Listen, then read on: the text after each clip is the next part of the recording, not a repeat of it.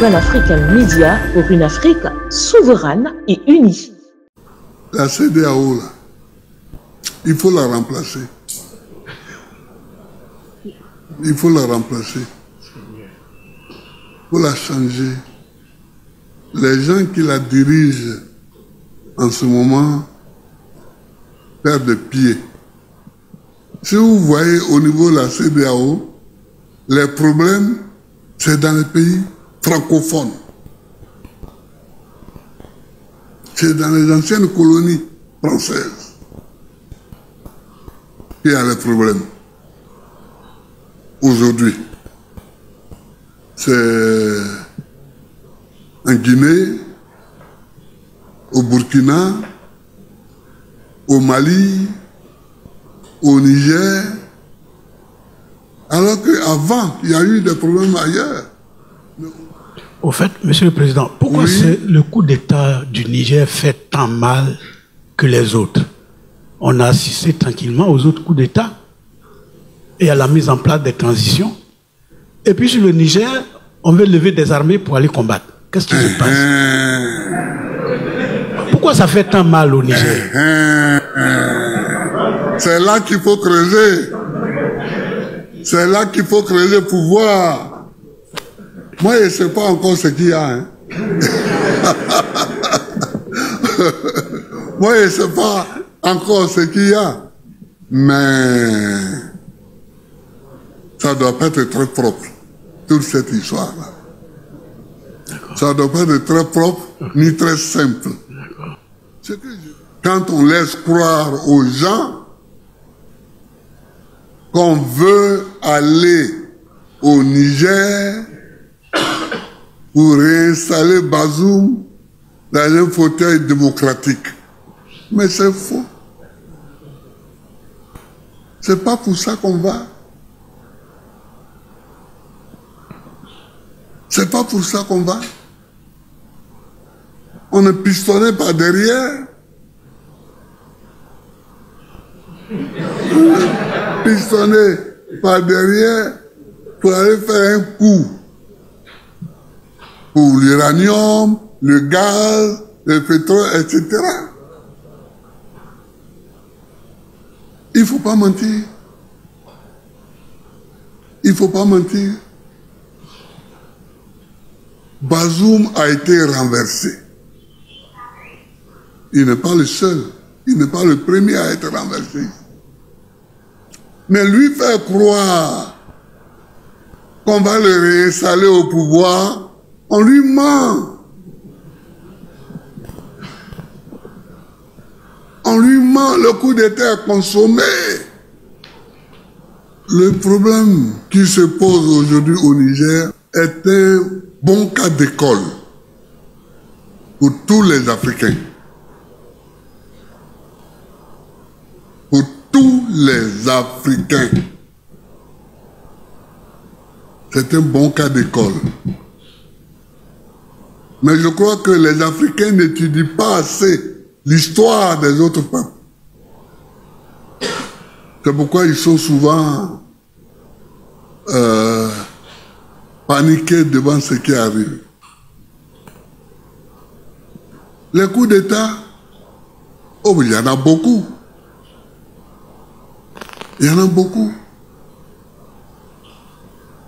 Il y a eu combien de coups d'État au Nigeria depuis l'indépendance?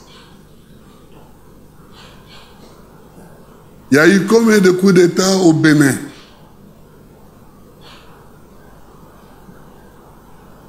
Il y a eu combien de coups d'État au Togo?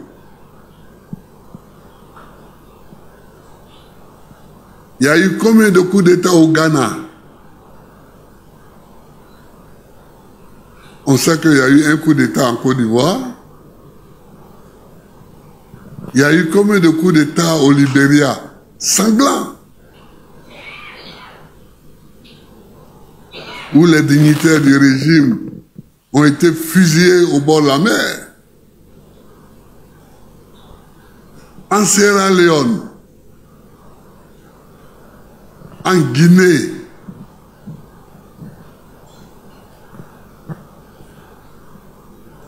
Je peux continuer.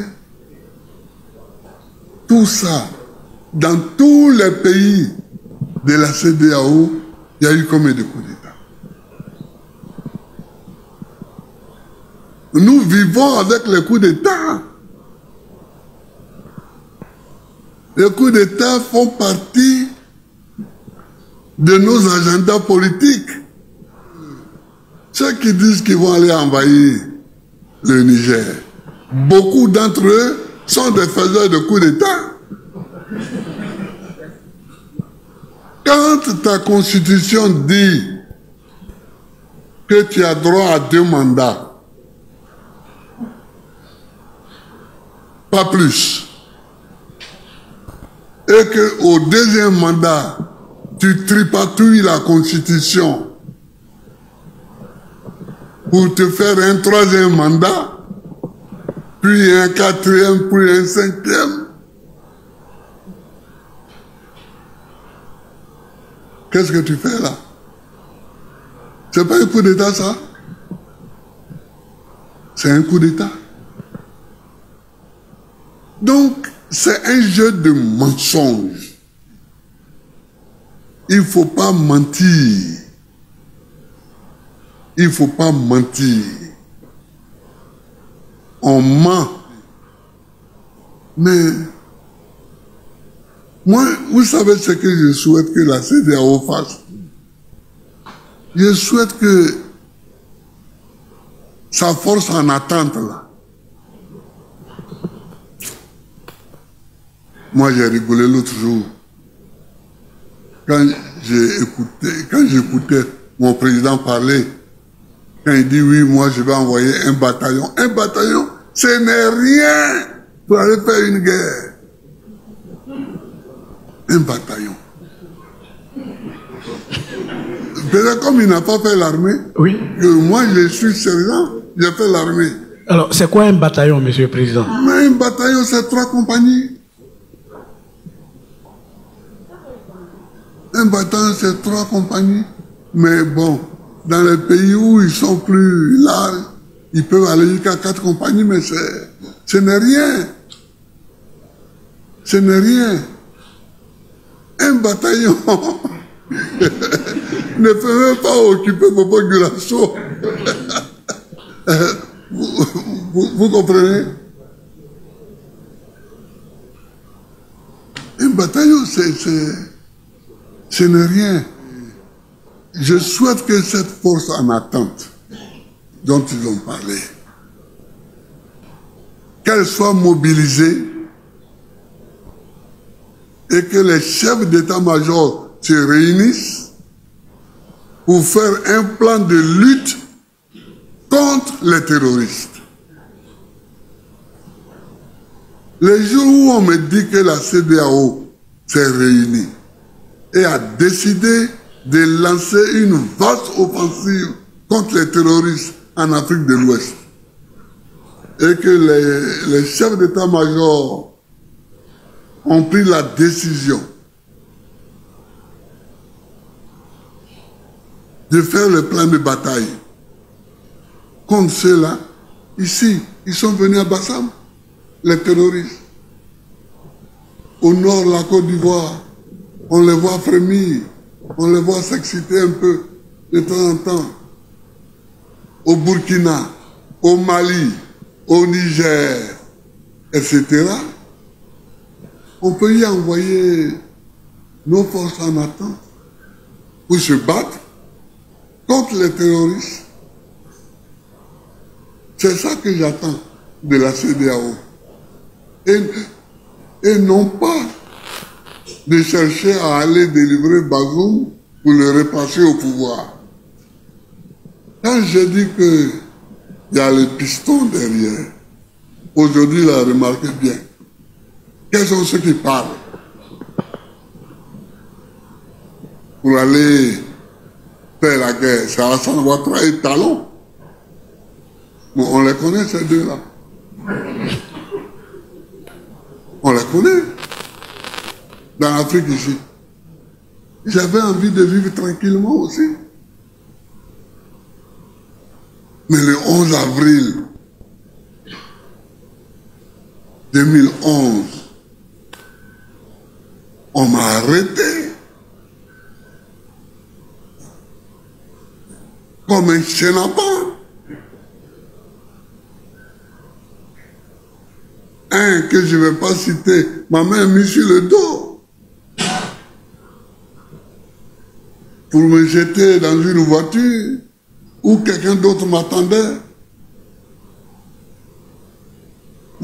pour m'amener au golf.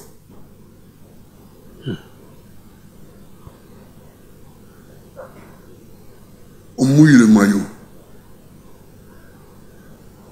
On lutte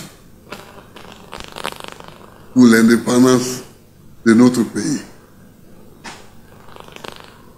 Il n'y a pas d'indépendance sans souffrance.